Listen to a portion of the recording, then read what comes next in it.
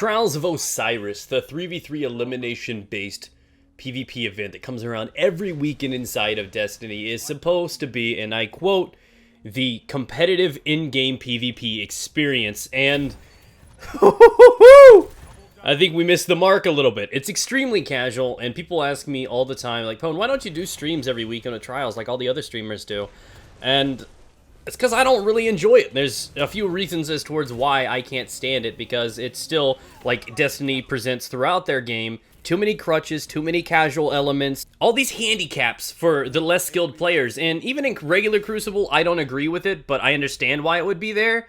But in the competitive in-game experience, that stuff should not exist. And not only do I want to kind of pinpoint these things, because I've had conversations similar to this in the past, but there are new things that I would like to add to the list of things that upset me with this, but also solutions to solve these situations to make this a more competitive experience. So I encourage you guys to leave a comment down below. Do you agree? Do you disagree with any of these things? I want to have your feedback down there, so hopefully we can eventually get some change. So, number one, ghosting. Now, some of you guys may not know what this term means, but it was coined years and years and years ago. I started playing these round-based shooters, these elimination-based shooters, about 15 years ago on PC. I have had a lot of time in the competitive scene with these types of games, and I know ghosting was frowned upon. It would get you eliminated from competitions, people would do it. It was extremely upsetting when these sort of elements came together. And if you do not know what ghosting is, it's the ability to give away the enemy's positions while you are A, currently dead, or B, just a spectator. There have been times where people have just been watching a match and have been giving away the positions of other people, and that's not fair. But in this game, in Trials, when you get picked, you are capable of having that enemy highlighted, and you can continuously give away their position. So you can be like, and you know this, everybody does it. And I don't know why it's acceptable. It takes away from the competitive edge of the whole experience.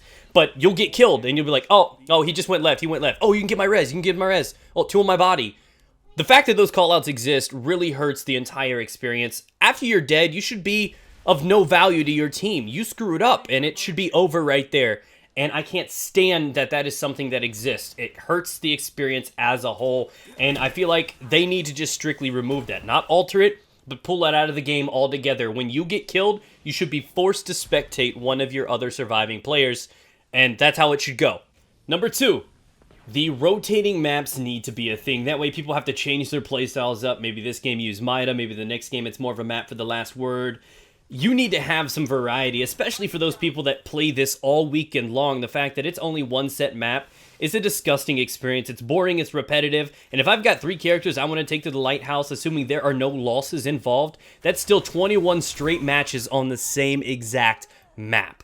That is boring, that is bland, there's no variety, not to mention that some of these maps are quite lopsided. Some of the spawns have advantages, and in almost any sort of competitive experience, just like this, where it is in fact round-based, it's usually turn-based as well, where the spawns rotate. So every other round we would flip spawns, or every 3 rounds we would flip spawns. That way, not one team has the set advantage or the best rushing point in the game.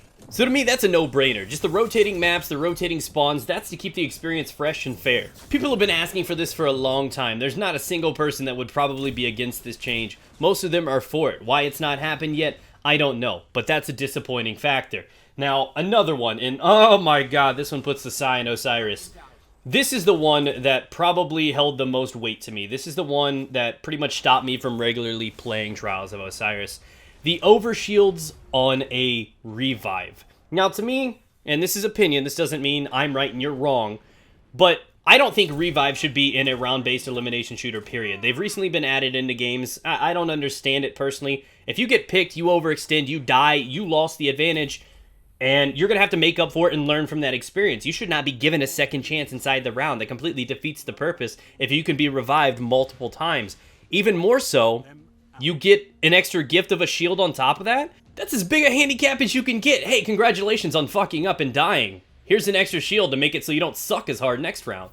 That's not fair. Why is that even in the game? That's completely absurd to me. What if they had that back like in dodgeball in gym class? Little 40-pound Timmy with glasses just got plowed by the jock, and oh, he's down, and a guy comes up out of nowhere on his team and says, hey, no, you're back in the game. Here's this full set of Kevlar. What?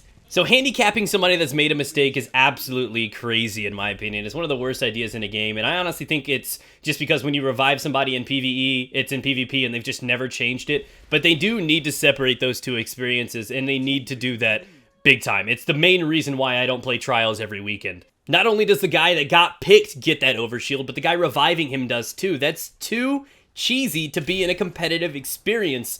And yeah, I know people will be like, oh, hey, well, you can res snipe them, but, I mean, shotguns are not as confident inside that experience. Primary should be used, but this leads me to my other concerns. There's just way too much special out there. Is Oprah in charge of delivering special ammo to people?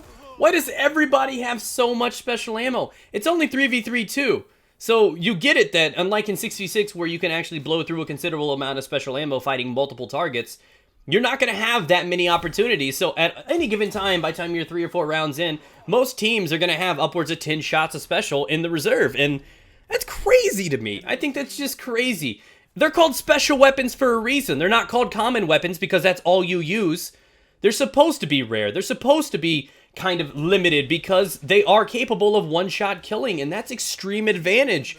And to be fair about it, they've noticed this with this slight change that they're adding in this week with the whole reduction on spawn, but I think the better idea would be to give everybody special on spawn. Give them their 4 or 5 shots they can have, and then don't let it so that it respawns at all the rest of the match. Then replace the heavy round, which is silly in my opinion because that can go either way for even the most unskilled of players.